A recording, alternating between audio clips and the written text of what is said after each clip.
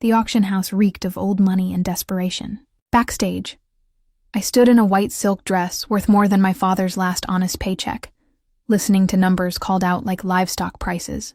But here the livestock was human. Hands trembling, I clasped them together tightly, fixating on that small pain instead of the terror about to unfold. Lot 47 sold for $200,000. Lot 48, the tearful girl beside me, went for $350. The auctioneer's voice was smooth and professional, as if selling art instead of souls. In a way, he was.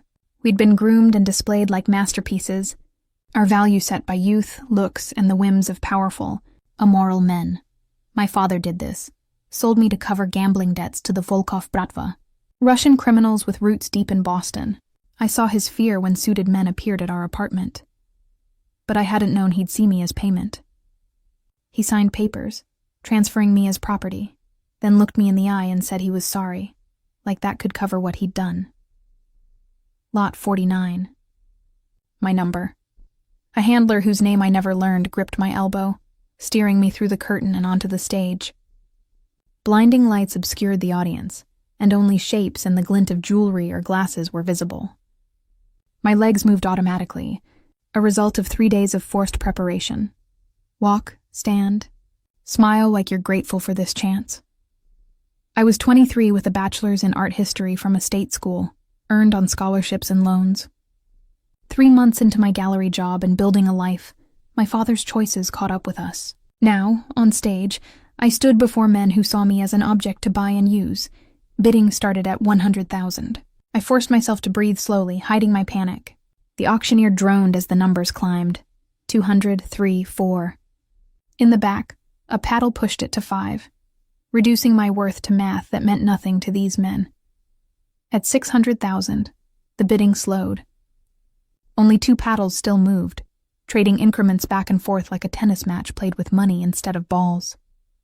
I couldn't see either bidder clearly, just silhouettes against the stage lights. One was broad-shouldered, aggressive in his bidding, raising his paddle with sharp, angry movements.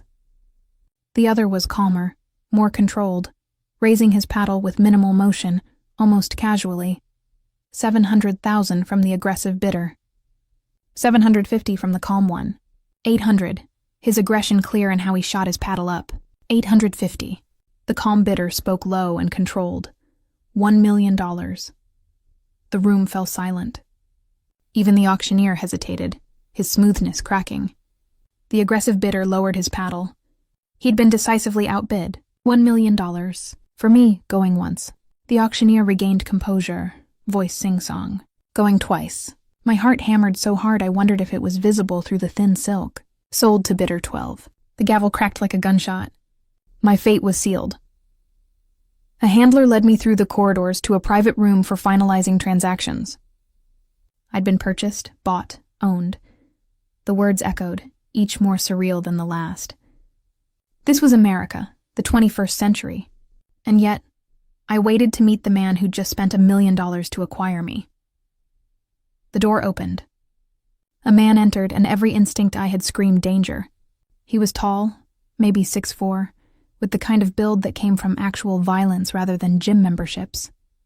Dark hair cut with military precision, a suit that probably cost more than my entire year's salary at the gallery, and eyes so dark they looked black in the room's dim lighting. His face was all sharp angles and controlled expressions, handsome in a way that felt threatening rather than attractive. He examined me with the focused scrutiny of an art appraiser, searching for flaws or value. I held his gaze, refusing to look away even as instinct screamed to shrink and yield. If I were to be owned, I'd at least keep the dignity of eye contact. You're Alexis Bennett. His voice matched his appearance, deep and controlled, with an accent I couldn't quite place. East Coast, definitely, but refined in a way that spoke of money and education beneath whatever criminal empire he'd built. 23 years old with a degree in art history. Father is Richard Bennett, currently residing in a Bratva safe house until his debts are cleared. He'd done his homework. Of course he had. Men didn't spend $1 million without research. I managed a nod, not trusting my voice yet. He moved closer, circling me slowly, and I forced myself to stay still, to not flinch or cower. His footsteps were nearly silent on the carpet, predatory, calculated. My name is Dante Carver. I'm sure you've heard of me. I hadn't, but something in his tone suggested I should have. I run operations from Boston to Philadelphia, the territory that your father's associates have been attempting to infiltrate for the past 6 months. He stopped in front of me, close enough that I could smell his cologne, expensive and subtle. Buying you was a message to them. A demonstration of reach and resources. So I'm what, a trophy? The words came out steadier than I'd expected, anger finally cutting through the fear. Proof that you can afford to throw away $1 million on a person? Something flickered in his expression. Not quite amusement, but close. You're an investment. The Bratva values you at $600,000, the cost of your father's debt. I paid significantly more. That puts them in my debt, which is a position I prefer them to occupy. The clinical way he explained it made my stomach turn. You're a complication they no longer have to manage, and a reminder of who controls this city. And what happens to me now? I asked, my voice cracking slightly on the last word. What does $1 million investment entail? Dante's expression didn't change, but something in his eyes shifted, became more assessing. That depends entirely on you. The car waiting outside the auction house was exactly what I'd expected. Black, expensive, windows tinted dark enough that seeing inside was impossible from the street. A driver held the door open without making eye contact, and Dante gestured for me to enter first. I climbed in, the leather seats soft enough to feel like a luxury I had no right to anymore, and he slid in beside me, not close enough to touch, but close enough that I was hyper-aware of his presence in the confined space. We drove through Boston in silence. City lights blurred past the windows. I'd lived here my entire life, but seeing it from inside this car with this man made everything feel foreign, threatening. Every familiar landmark took on new meaning, transformed by the context of my situation. The gallery where I'd worked was somewhere out there in the night. My coworkers probably wondered why I hadn't shown up for my shift 3 days ago. My apartment, tiny and overpriced but mine, held belongings I'd never see again. My life, such as it was, had ended the moment my father signed those papers. Where are we going? I finally asked when the silence became unbearable. Dante didn't look at me.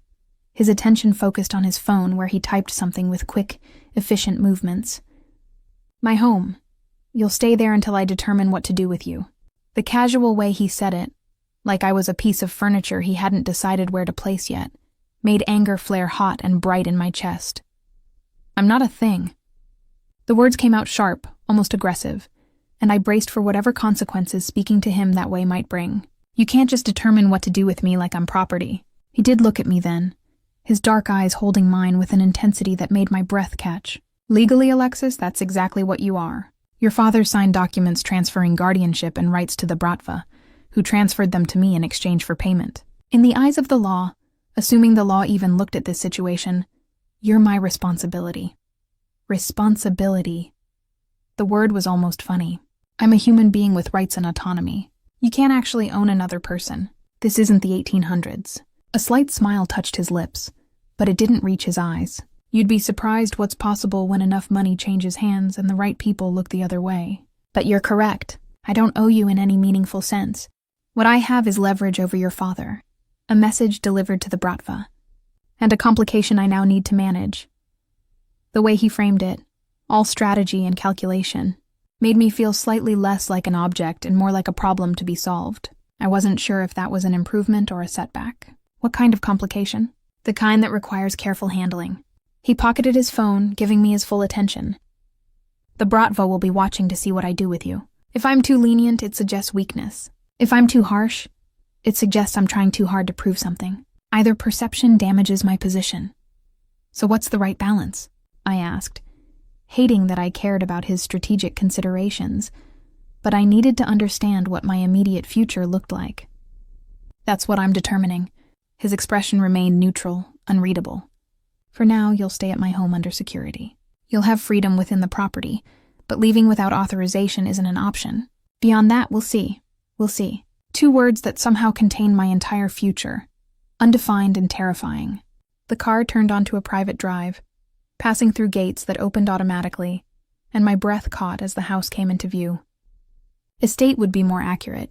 All stone and glass and architectural authority, lit from below in ways that made it look both beautiful and imposing. This was where men like Dante Carver lived, in fortresses disguised as homes.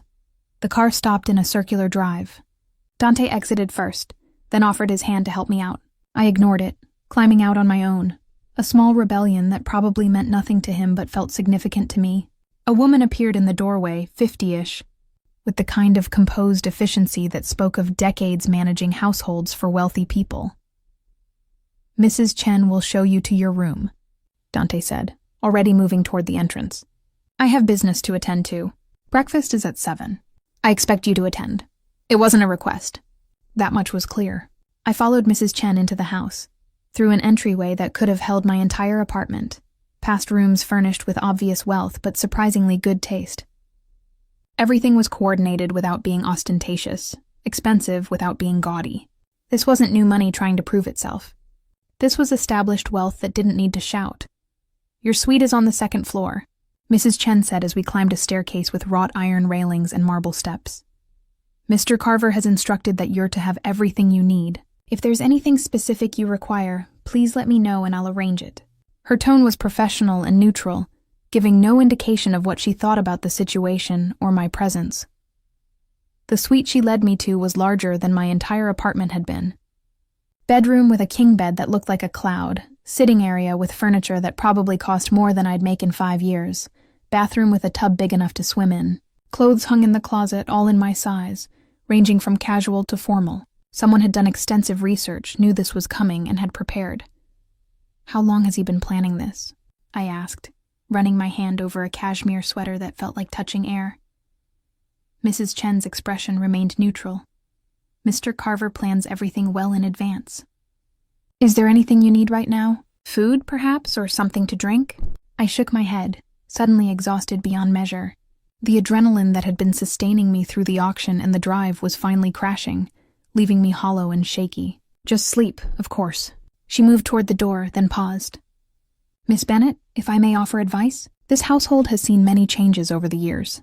The best way to navigate them is with intelligence rather than emotion. Mr. Carver values capability above all else." She left before I could respond, closing the door with a soft click that somehow sounded final.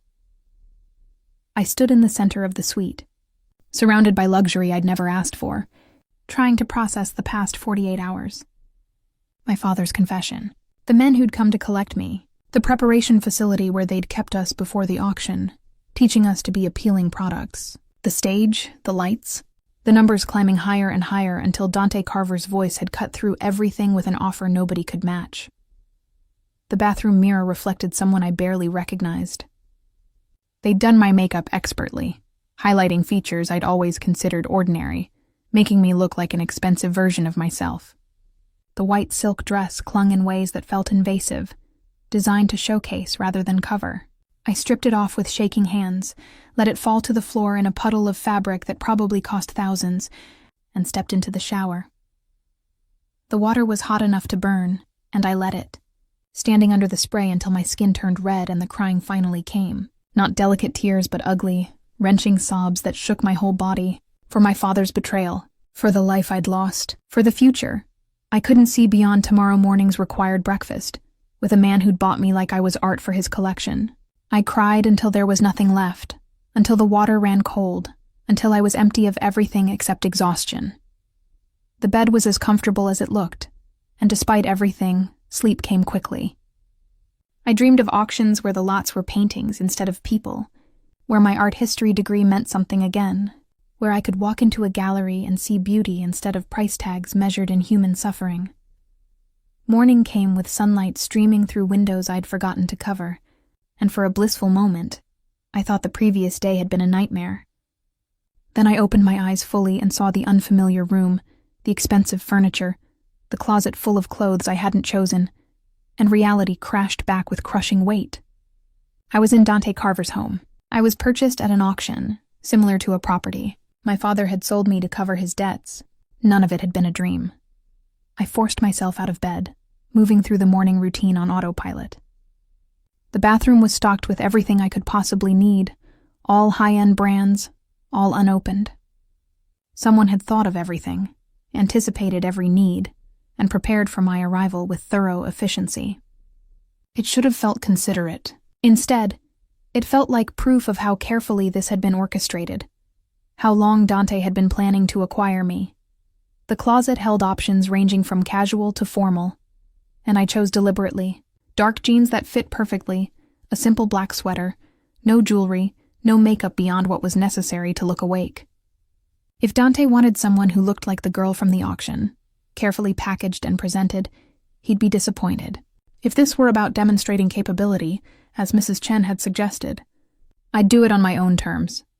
Finding the dining room required navigating hallways that all looked similar, but eventually I followed the scent of coffee and found my way. The room was smaller than I'd expected, more intimate, with a table that could seat 8 but was currently set for 2. Dante sat at the head, reading something on a tablet, a cup of coffee steaming beside him. He looked up when I entered, his dark eyes taking in my appearance with that same assessing quality from last night. "Good morning." He gestured to the chair at his right, not at the opposite end of the table, but close enough for conversation. "I hope you slept well as anyone could under the circumstances." I sat, accepting the coffee that Mrs. Chen poured without being asked. "Thank you for the clothes and amenities. I'm curious, though, how you knew my sizes. I'm thorough." He set down his tablet, giving me his attention. "Before I bid on you, I had my people gather information. Your measurements, your preferences, your background. I don't make million-dollar investments without research." The casual acknowledgement of the surveillance made my skin crawl, but I kept my expression neutral. "And what did your research tell you?" "That you're intelligent, educated, and resourceful, given your financial limitations. That you worked at Beaumont Gallery, specializing in 19th century American art. You have student loans totaling $63,000 and were making payments consistently, despite barely covering your living expenses." He'd known everything about my life, had probably known more about my daily existence than I'd realized anyone was paying attention to. The violation of it settled in my stomach like lead. Why does any of that matter? Because it tells me you're not just a transaction. You're a person with skills and knowledge that could be useful. He took a sip of his coffee, his gaze never leaving mine. "I don't collect useless things, Alexis. Everything in my life serves a purpose. And what purpose do I serve?" The question came out sharper than I'd intended, anger seeping through despite my attempts at control. "Beyond being a message to the Bratva? That depends on what you're capable of." Dante leaned back in his chair, studying me with that unnerving intensity. "I have a problem that your expertise might help solve. I'm listening. Though I don't see how art history helps with organized crime." A slight smile touched his lips. "I've recently acquired a collection. 53 pieces, ranging from Renaissance to modern, were seized as payment for a debt. I need them authenticated, appraised, and prepared for sale through legitimate channels. My usual contacts are unavailable, and I need someone I can trust to be thorough and discreet." The request caught me off guard. Whatever I'd expected him to say, it wasn't this. "You want me to authenticate and appraise stolen art?" "Art acquired through legal debt collection," he corrected, though the distinction is perhaps academic. "The collection is currently housed in a secure facility. I need to know what I have and what it's worth. Your gallery specializes in 19th century American art. Several pieces in the collection fall into that category." I should have refused outright. Should have told him I wasn't going to help him profit from whatever criminal enterprise had generated this collection. But the practical part of my brain, the part that had learned to survive on limited resources, recognized opportunity. If I wanted any leverage in this situation, any chance at negotiating better circumstances, I needed to demonstrate value beyond the symbolic. "What do I get in return?" I asked, keeping my voice steady. "For authenticating your collection?" His eyebrows raised slightly, something like approval flickering in his expression. "What do you want? Freedom. To leave here, to go back to my life, to not be owned by anyone." He was quiet for a long moment, his fingers tapping a slow rhythm against his coffee cup. "Freedom isn't something I can give you. Not yet. Your father's debt to the Bratva was $600,000. They transferred that debt to me along with guardianship rights. Until certain political matters are resolved, releasing you would be interpreted as weakness. So I'm stuck here." The hopelessness of it tried to drag me under, but I forced it back. "Then what can you offer?" "Better circumstances," he said simply. "Your own space if you prefer, a salary for the work you do, and freedom to move within certain boundaries. You prove useful, prove trustworthy, and those boundaries expand. Eventually, when the political landscape shifts, we renegotiate." It wasn't freedom, but it was something more than being a prisoner in a gilded cage. I studied his face, looking for deception or hidden agendas, but his expression remained neutral, honest in a way that felt almost worse than lies. "Why are you offering this? Why not just keep me locked up until I'm no longer politically relevant?" "Because I meant what I said. I don't collect useless things." He finished his coffee and stood. "The collection is at a facility in South Boston. My driver will take you there this morning. Mrs. Chen has prepared appropriate clothing and supplies. You'll have 2 weeks to complete the authentication and appraisal. Demonstrate that you're as capable as my research indicates." He left before I could respond, his footsteps fading down the hallway. I sat alone at the breakfast table, processing what had just happened. Dante Carver had bought me for $1 million, brought me to his home, and was now offering me work. Real work, using skills I'd spent years developing, with compensation and gradually expanding freedom as incentive. It wasn't the rescue I'd fantasized about. It wasn't some heroic intervention that would return me to my old life.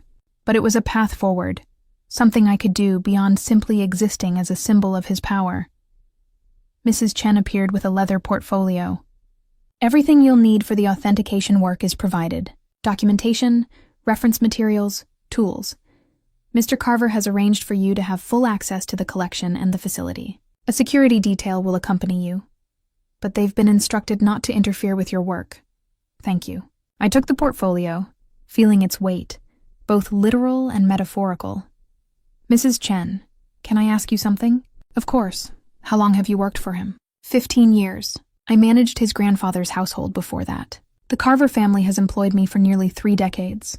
What's he really like?" The question was probably inappropriate, definitely revealed more vulnerability than I wanted to show. But I needed to understand the man who now controlled my life. "Is he as calculating as he seems?" Mrs. Chen's expression softened slightly, the professional mask slipping just enough to show something almost like fondness. "Mr. Carver is many things. Calculating, yes. Strategic, always. But he's also fair in his way. He has rules, boundaries he doesn't cross, lines even his enemies respect." She paused, choosing her words carefully.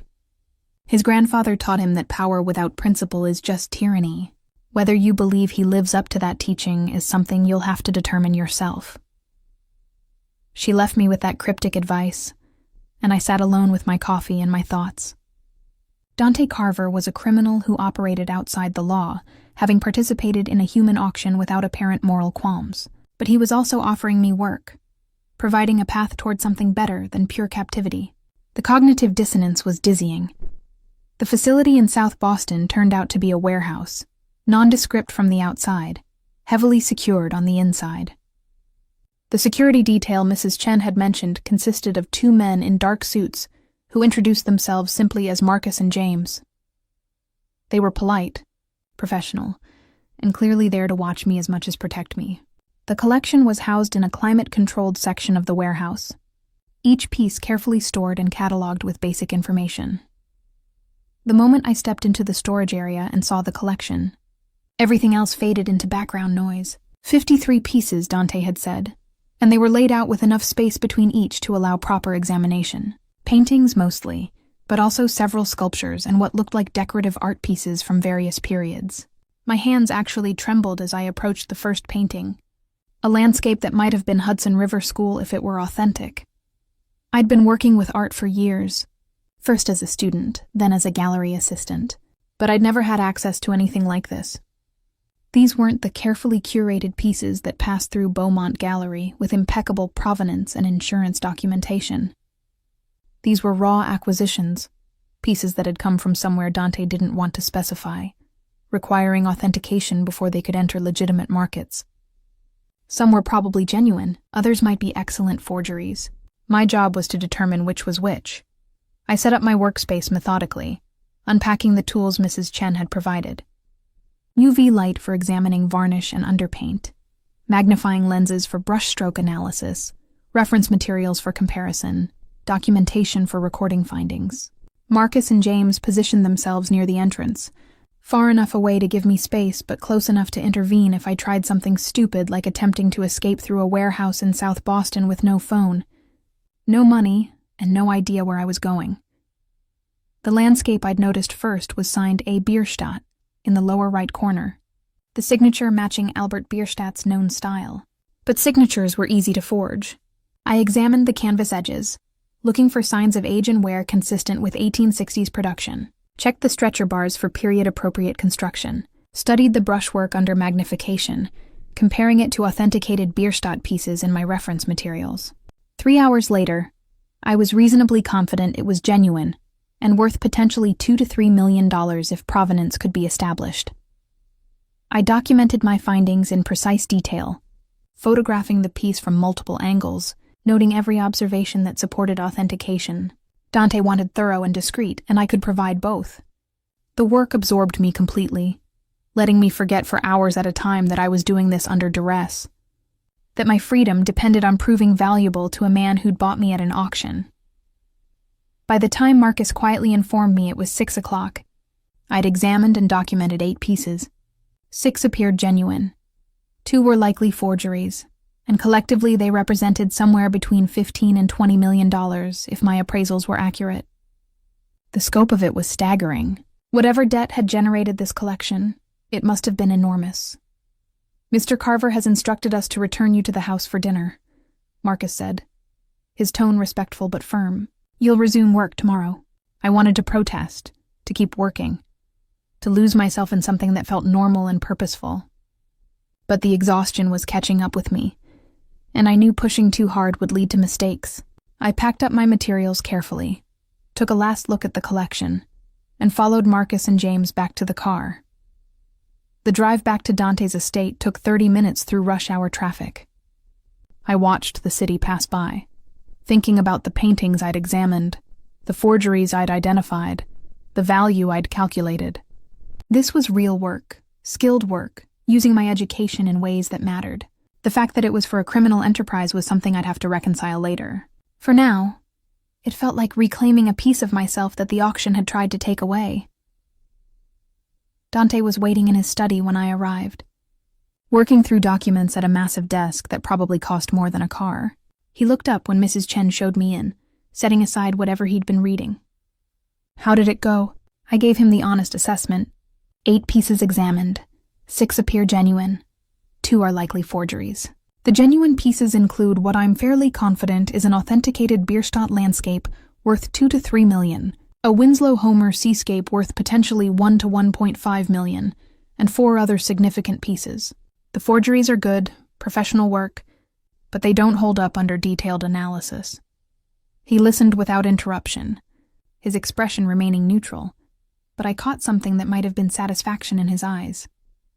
"You're certain about the forgeries?" "As certain as I can be without lab analysis of the paint composition and canvas aging. But yes, I'm confident in my assessment. The brushwork is incorrect, the craquelure is artificially induced, and the pigment choices contain anachronistic elements."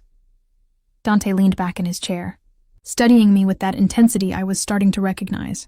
"You're good at this, better than I expected.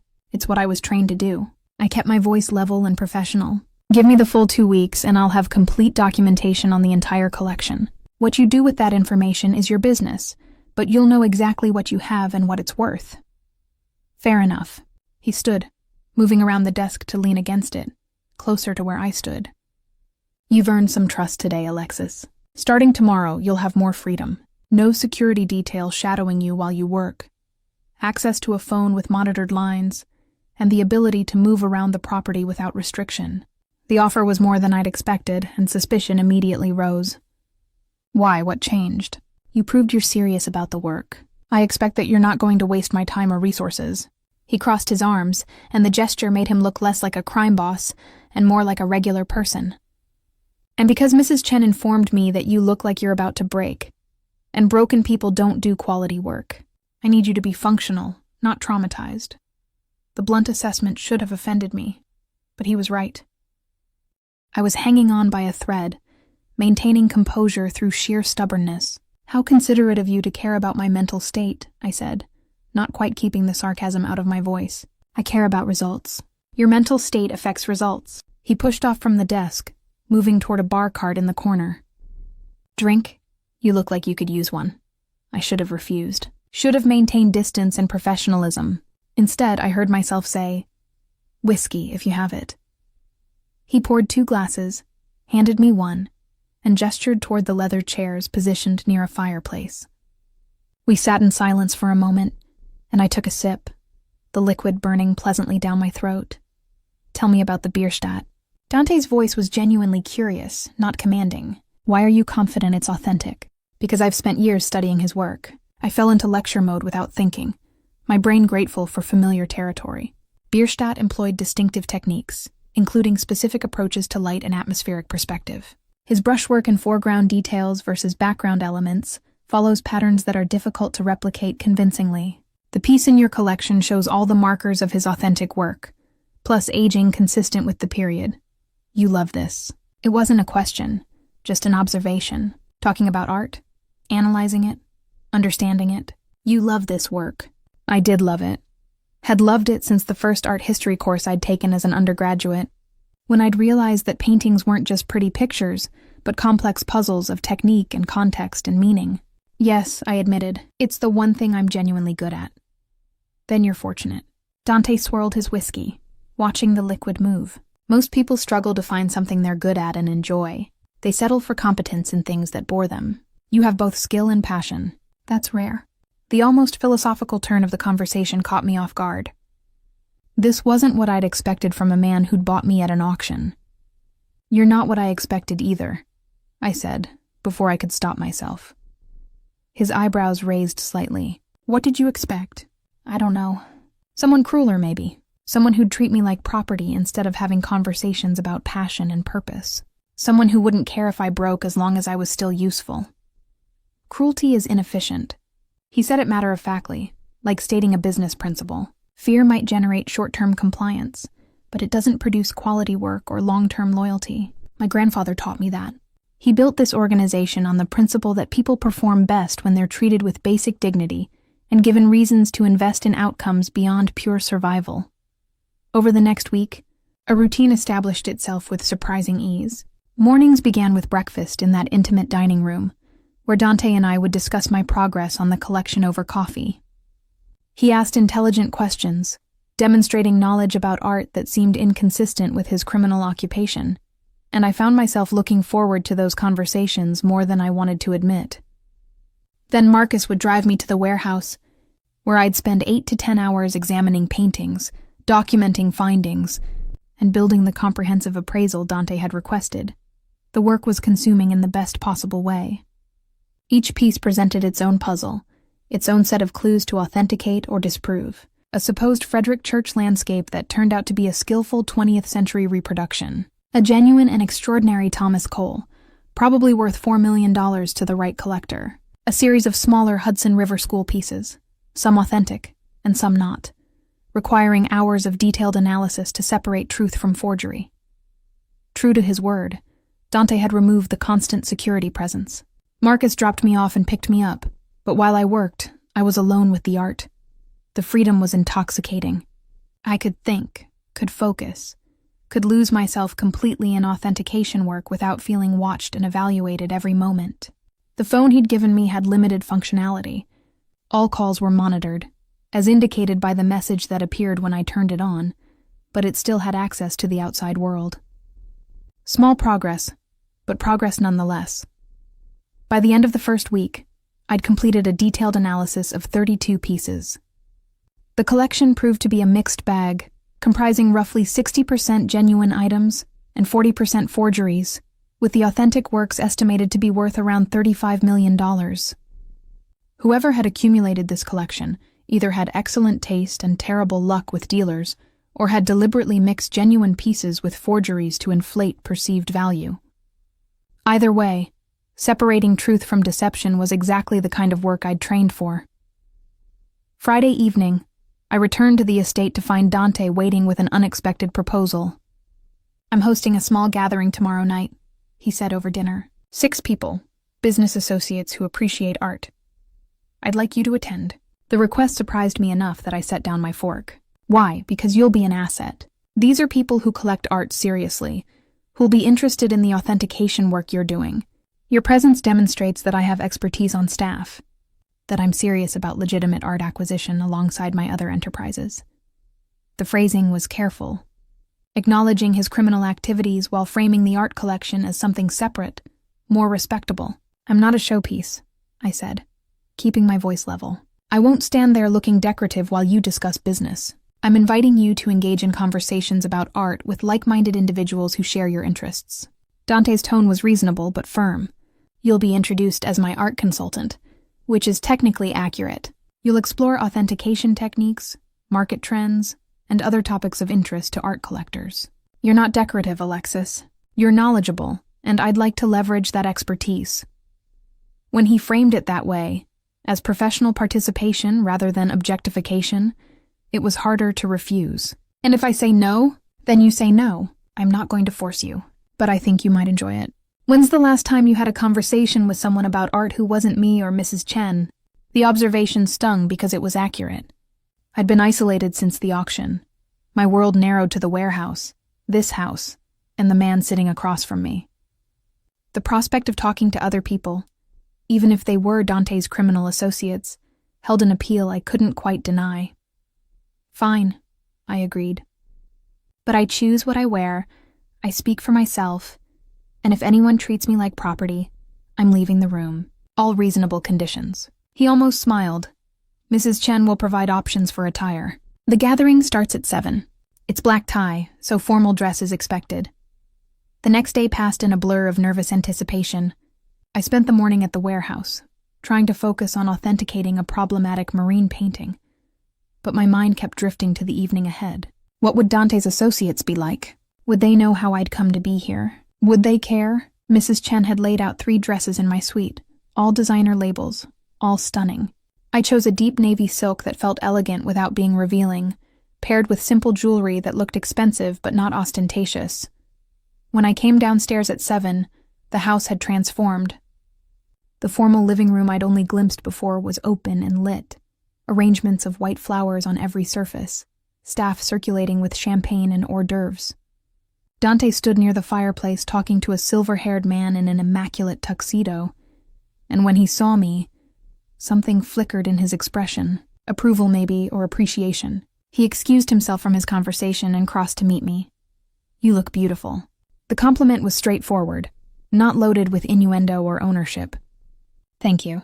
I accepted the champagne a server offered, needing something to do with my hands. So do I just mingle, or is there a script for this? Just be yourself. He placed a hand lightly on my lower back, guiding me toward his guests. These people are art collectors first, business associates second. Talk about what you know. The first person he introduced me to was Evelyn Ashford, a woman in her 60s who owned galleries in New York and London. She engaged me immediately in conversation about authentication techniques for 19th century American landscapes, asking knowledgeable questions that required real expertise to answer. Within minutes, I'd forgotten to be nervous, lost in the kind of professional discussion I'd desperately missed. The evening continued in that vein. 6 guests, all wealthy, all connected to Dante's various enterprises, but all genuinely interested in art. We discussed market trends, debated the merits of different schools and periods, and argued about authentication controversies that had made headlines. Dante participated but didn't dominate, letting me take the lead in conversations, occasionally adding observations that revealed surprisingly deep knowledge. At one point, I found myself alone with him on the terrace, while the others examined a painting he'd hung in the living room. This is your world, isn't it? I said, gesturing back toward the house. Not the crime, but this. People who appreciate beauty, knowledge, and craft. Both are my world. He leaned against the terrace railing, his profile sharp against the night sky.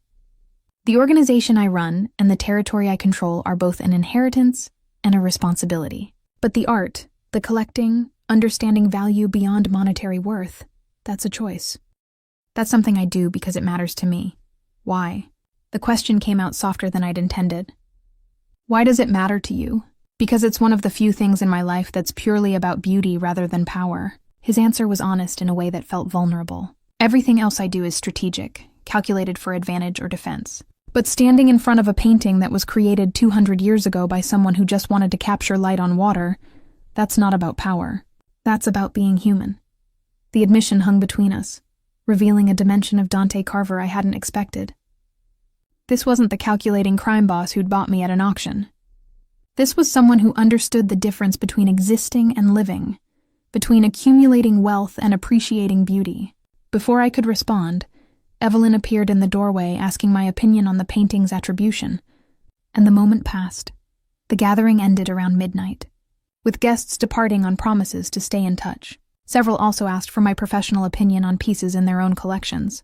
Dante walked them out while I stood in the living room, processing what had just happened.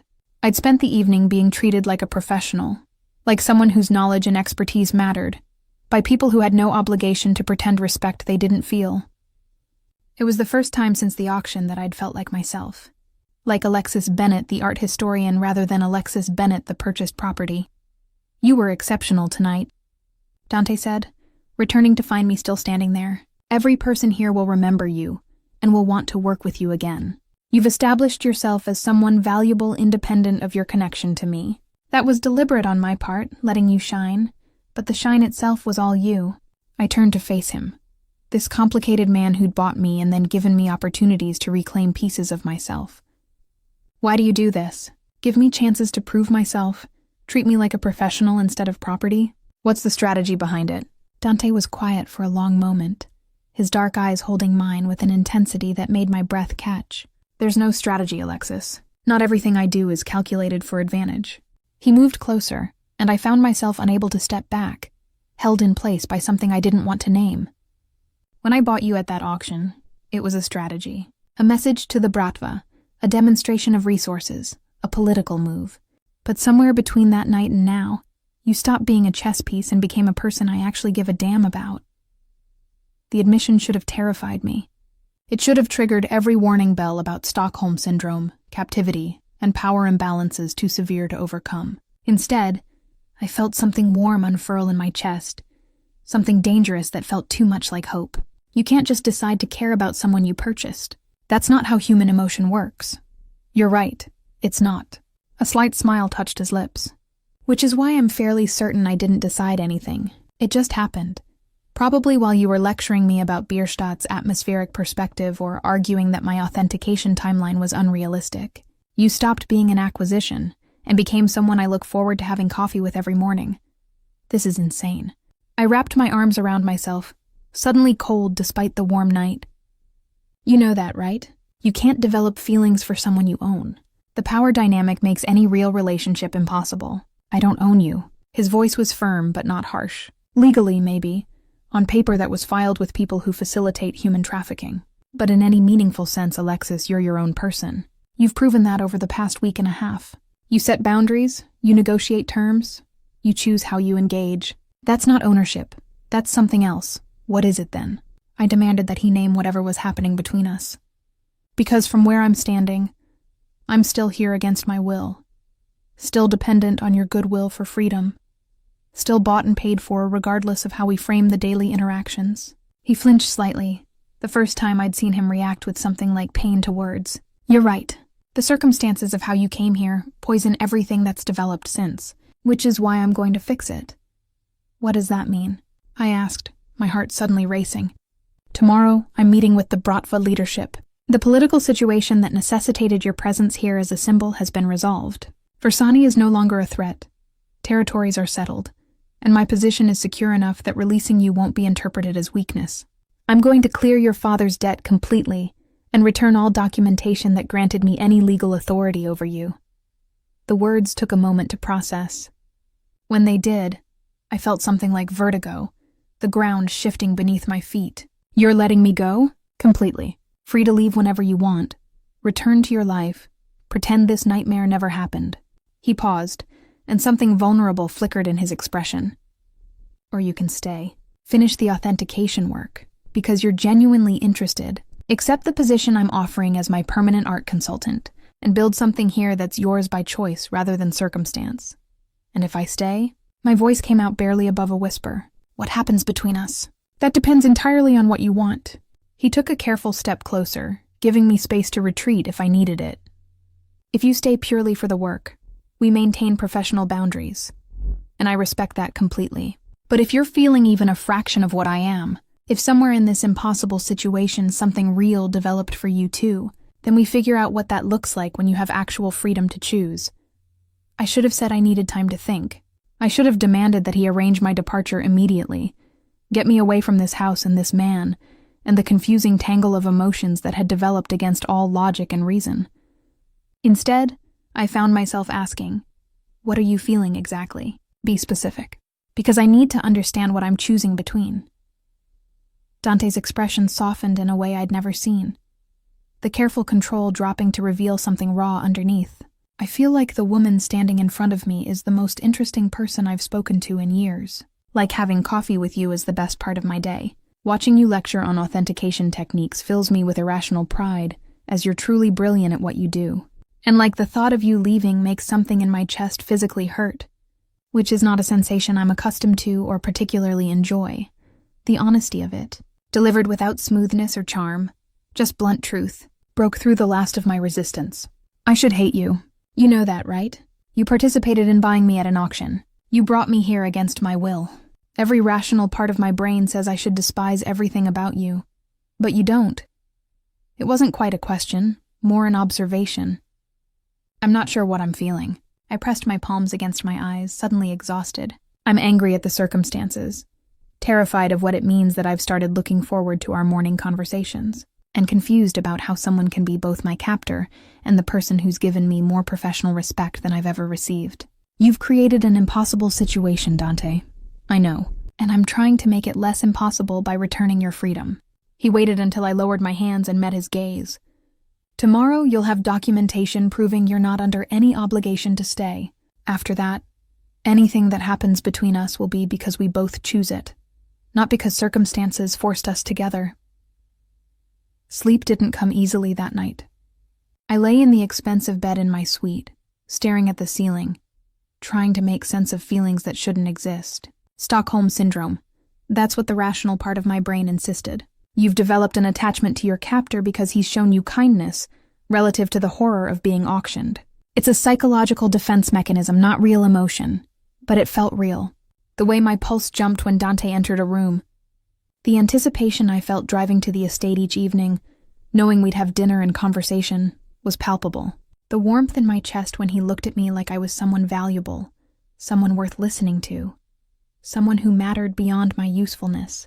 Those weren't survival responses. Those were feelings I'd have caught myself developing under any circumstances if I'd met him differently. The next morning arrived with sunlight and clarity I hadn't expected. I dressed carefully, choosing clothes that felt like armor, and went down to breakfast. Dante was already there, papers spread across the table, his expression serious. "These are yours," he said without preamble, pushing a folder across to me. "Debt clearance documentation, return of any papers your father signed, and proof that legally you're completely free. The Bratva accepted the terms this morning." I opened the folder with shaking hands, scanning legal language that essentially said I was no longer anyone's property, no longer under obligation, free to leave and live my life without any interference. It should have felt like victory. Instead, it felt like standing at a crossroads without a map. What happens to my father? The debt is cleared, same as yours. He's free to go, though I'd suggest he leave Boston, given how many people he pissed off during his gambling phase. I've arranged a position for him in Chicago, a legitimate job that could be enough to start over if he's smart about it.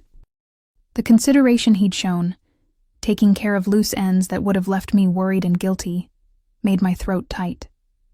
"Thank you for all of this, for giving me back my life. You deserve to have it back." Dante's voice was carefully neutral, but I caught the tension in his shoulders. "So what now? Do you want Marcus to take you home? Can you help collect your things from the apartment?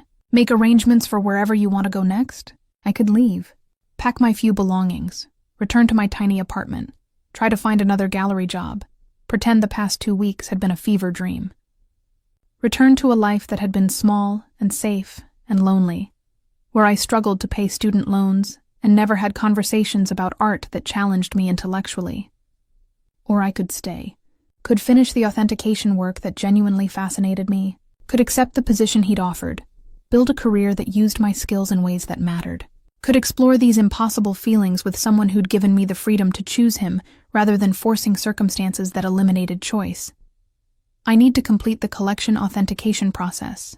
The words came out steadier than I felt. I've completed 32 pieces, but 21 remain. Leaving now would mean abandoning work halfway through, which isn't my approach. Whether driven by professional pride or something else, I'd never been someone who left jobs unfinished. Dante's expression remained carefully neutral, but something flickered in his eyes. Disappointment or hope, I couldn't tell which. Of course, take whatever time you need.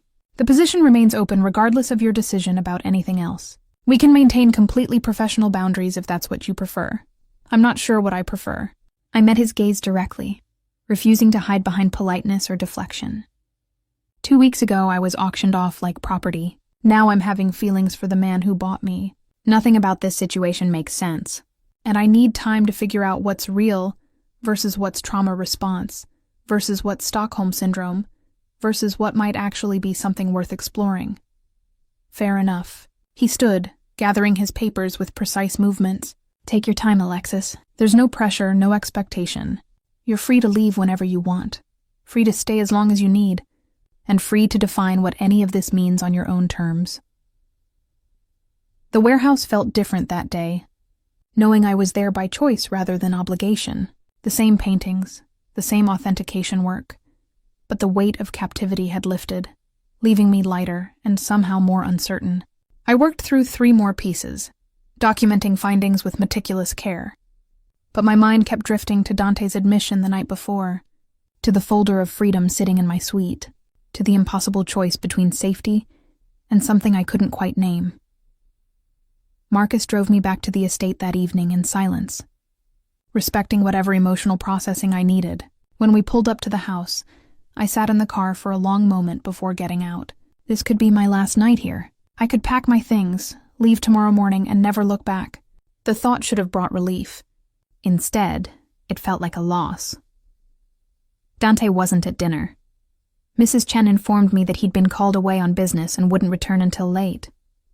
I ate alone in that intimate dining room, feeling his absence like a physical thing, and realized with crystalline clarity that I was in serious trouble. You didn't miss someone you'd spent 2 weeks with unless something real had developed, something that transcended the circumstances of how you'd met. After dinner, I wandered through the house with new eyes, seeing it as a home rather than a prison. The art on the walls was carefully chosen pieces that reflected genuine taste rather than just expensive decoration. The library I'd discovered earlier in the week, full of books that had actually been read, margins annotated in Dante's precise handwriting. The small details revealed someone who valued beauty and knowledge, having built a life that encompassed more than just criminal enterprise.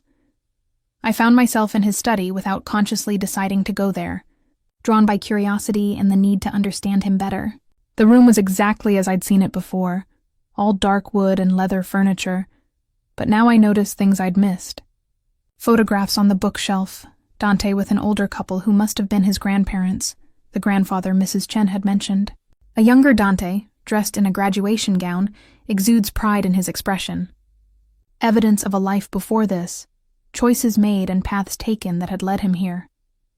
The desk held papers related to the collection, my authentication reports organized in a folder with his notes in the margins. He'd been studying them carefully, asking intelligent questions because he genuinely cared about the work, not just the profit it would generate. I picked up one report, noticing that he'd underlined my conclusion about a problematic Thomas Moran, and written "verify with secondary expert" in the margin. Thorough, careful, and treating my professional opinion with respect, while still maintaining appropriate skepticism. I shouldn't have been snooping. Should have left his private space and returned to my suite. Instead, I settled into the leather chair behind his desk, running my fingers over the smooth wood, trying to imagine what it was like to be Dante Carver. Inheriting an organization built on crime, maintaining power through calculated violence, but also collecting art because beauty mattered, reading philosophy in the margins of books, caring about authentication details and reports from a woman he'd met at an auction.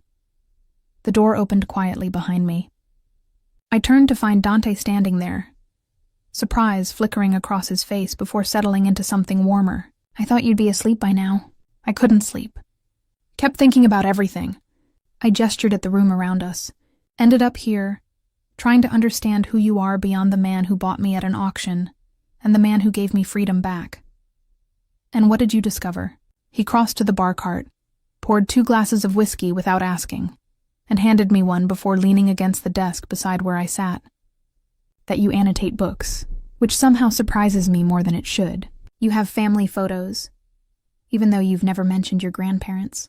That you actually care about the authentication work beyond just monetary value. My grandfather raised me after my parents died. Dante's voice was quiet, reflective. Taught me everything about running the organization, as well as literature, art, and philosophy.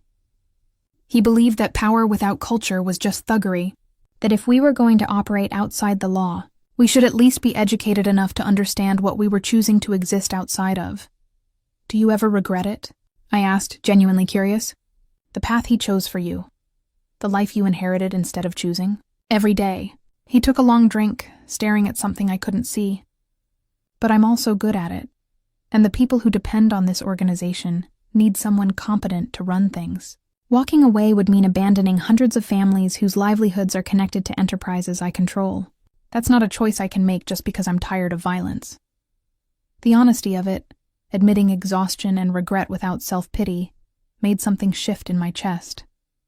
What would you do if you could choose differently? I'd probably do exactly what you're doing. He smiled slightly, meeting my gaze. I study art, work in authentication, and spend my days solving puzzles about brushwork and provenance, rather than managing territory disputes and supply chains. Build a life centered on beauty rather than power. We sat in comfortable silence, drinking whiskey, the weight of everything unsaid hanging between us. Finally, I set down my glass and stood, moving to where he leaned against the desk. I need to tell you something, and I need you not to say anything until I'm finished. Dante nodded, his dark eyes serious and focused completely on me. 2 weeks ago, I was sold a property at an auction. You bought me for $1 million, brought me here against my will, and became the person who controlled every aspect of my life. By any objective measure, I should hate you. I should be planning my escape. I should take the freedom you offered and run as far and fast as possible. I paused, making sure he heard what came next. But somewhere between authentication reports, breakfast conversations, and watching you be kind to Mrs. Chen and respectful about my professional expertise, I started having feelings that terrify me. Not because they're forced, but because they're real. Because I actually want to stay, finish the collection, and explore whatever this is between us when we're not bound by circumstances that made choice impossible. Dante's hand came up slowly, giving me time to pull away, and cupped my face with a gentleness that contradicted everything dangerous about him. Alexis, he said quietly, if you stay, it needs to be because you want this life, want me, not because you're afraid of starting over, or because gratitude is masquerading as affection. I need you to be absolutely certain, because if we do this, if we build something real, I'm going to fall completely. And I need to know you're falling too, not just landing because you don't see another option. I am falling. The admission came easier than I'd expected. Already fell, probably. Somewhere between being terrified of you and being fascinated by you. This is insane, probably unhealthy, and definitely complicated, but it's real. I'm choosing this. Choosing you. Choosing to see where this goes when we're both making active decisions instead of reacting to a crisis. He kissed me then, and it was nothing like I'd imagined. Not possessive or aggressive, but gentle and almost questioning, like he was still giving me chances to change my mind. I kissed him back with all the confused certainty I felt, my hands finding his shoulders, his arms wrapping around me carefully. When we finally broke apart, both breathing hard, he rested his forehead against mine. I need you to know something. His voice was rough with emotion. He rarely showed. Everything I said last night about caring for you, looking forward to coffee, and watching you work.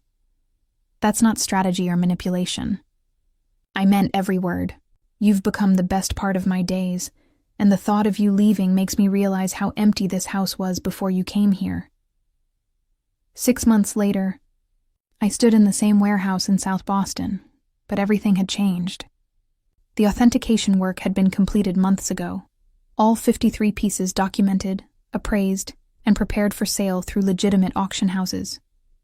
Dante had made nearly $40 million from the collection, and I'd earned a reputation in art circles as someone who could handle sensitive authentication work with discretion and expertise. But I wasn't here for authentication today. I was here because this warehouse was undergoing a significant transformation. The space had been transformed into a gallery, my gallery, funded by Dante but operated independently under my name. Clean white walls replaced industrial concrete. Professional lighting illuminated carefully curated spaces. And the pieces hanging here were acquisitions I'd made myself, building a collection that balanced commercial viability with genuine artistic merit. Opening night was in 3 days, and I was simultaneously terrified and exhilarated. "You're nervous." Dante's voice came from behind me, and I turned to find him leaning against the doorframe, watching with that slight smile I'd come to love. "I can tell because you're rearranging pieces that were already perfectly positioned just an hour ago. I'm allowed to be nervous. This is my first solo exhibition, my first time putting my own taste and judgment on public display. What if everyone hates it? What if no one shows up? What if I've completely misjudged the market? Then we'll adjust and try again." He crossed to me, his hands settling on my shoulders with familiar comfort. "But that's not going to happen because you're exceptional at this. And everyone who matters in the Boston art world knows it. Evelyn Ashford has been telling anyone who'll listen that you have the best eye for 19th century American art she's encountered in decades. You're going to be fine." I leaned back against him, taking comfort in his solid presence. How did this become my life? 6 months ago, I was a gallery assistant struggling to pay rent. Now I own a gallery, have clients calling me for authentication work, and I'm living with a man I'm pretty sure I'm in love with, despite the absolutely insane circumstances of how we met.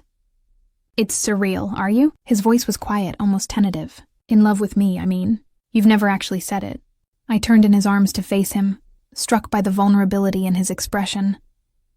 This man, who commanded an organization with absolute authority, negotiated territory disputes and managed criminal enterprises without visible stress, was nervous about whether I loved him. "I am completely, irrationally, impossibly in love with you."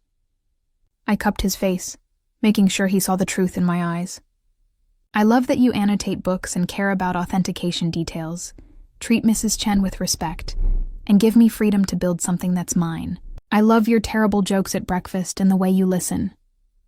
When I talk about brushwork analysis, like it's the most interesting thing you've ever heard. I love that you're trying to build exit strategies from the organization because you want a different life. I love you, Dante Carver, despite the fact that we have the world's most problematic origin story." His kiss was answer enough, deep and thorough, and full of promises about the future we were building together. When we finally broke apart, he reached into his jacket and pulled out a small velvet box. I was going to wait until after the opening to do this properly, with planning and romance. But since we're being honest about feelings, I should probably tell you that I've been carrying this around for 2 weeks, waiting for the right moment. Inside the box was a ring, elegant and perfect, a sapphire surrounded by small diamonds that caught the gallery lighting and threw blue fire. "It's not an engagement ring," Dante said quickly. "Not yet. Not until I've fully extricated myself from the organization and can offer you a life that doesn't include looking over our shoulders. But it's a promise ring, a commitment that I'm working toward that future, toward being someone you can build a completely legitimate life with." I took the ring from the box, my hands shaking, and slipped it onto my finger, where it fit perfectly. "You researched my ring size too, along with everything else?" "Of course." He smiled, that real smile that transformed his entire face. "I'm thorough, remember? And I've been planning this since approximately the 3rd breakfast conversation we had, when you spent 20 minutes explaining why a particular Winslow Homer seascape was undervalued by the market. That's when I knew I was in serious trouble. We stood there in my gallery, surrounded by art I'd chosen, building a future neither of us had planned, but both of us were choosing every day. The past couldn't be changed. Dante had bought me at an auction, had brought me to his home under circumstances that would always be complicated and problematic.